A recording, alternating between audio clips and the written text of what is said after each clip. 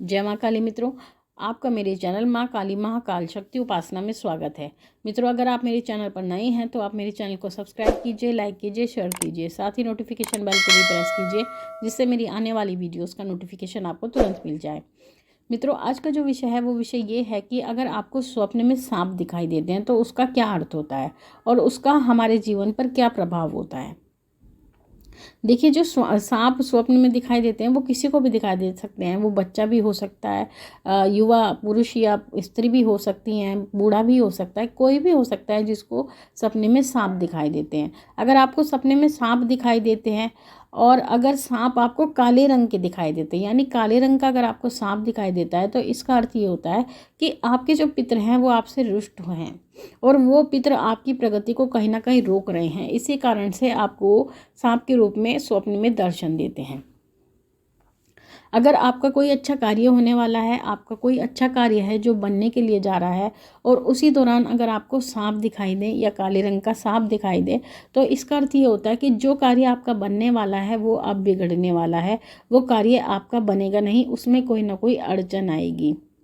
तो ये अड़चन जो है वो इस ओर इशारा करती है कि आपको प्रेत दोष है या फिर आपको पितृ दोष है। इसी कारण से आपका कार्य वो बनने नहीं देते हैं और बनते हुए कार्य को आपके बिगाड़ देते हैं।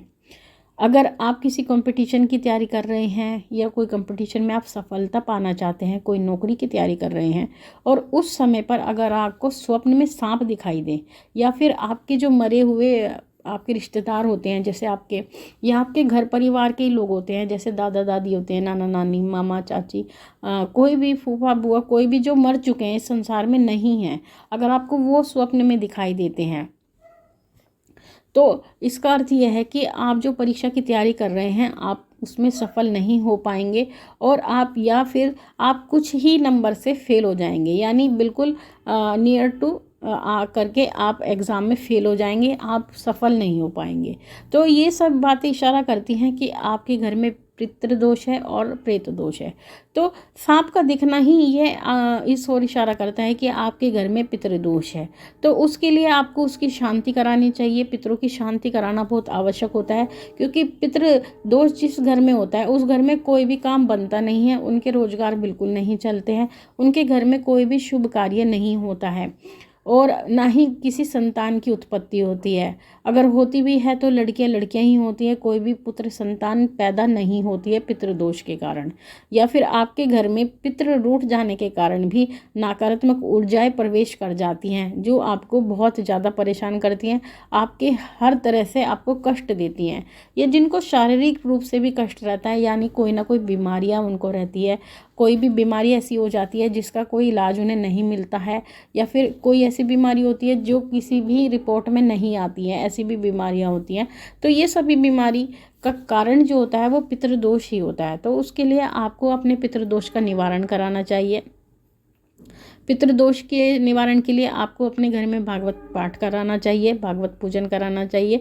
7 दिन का जो होता है पूजन वो आपको कराना चाहिए। साथ ही आपको नारायण बलि भी करानी चाहिए, क्योंकि ये सभी करवाने से पितृ शांत होते हैं और उनको मुक्ति मिलती है ये सभी कार्य करने से। और जो श्राद्ध पक्ष आता है उसमें भी आपको 16 के 16 दिन ही तर्पण विधि करानी चाहिए, पिंडदान करना चाहिए। तो ये सभी कार्य अगर आप करते हैं तो जो पितृदोष है उससे आप मुक्त हो जाते हैं और जो कार्य आपके रुके हुए हैं वो कार्य अपने आप ही स्वतः चलने प्रारंभ हो जाते हैं। तो मित्रों, ये तो थी छोटी सी जानकारी। माँ भगवती से यही प्रार्थना करती हूँ कि वो आपके भंडारे भरती रहे, आपकी सभी मनोकामनाओं को वो पूर्ण करती रहे। आपसे फिर मिलूंगी अपनी अगली वीडियो में। तब तक के लिए जय महाकाली, जय महाकाल।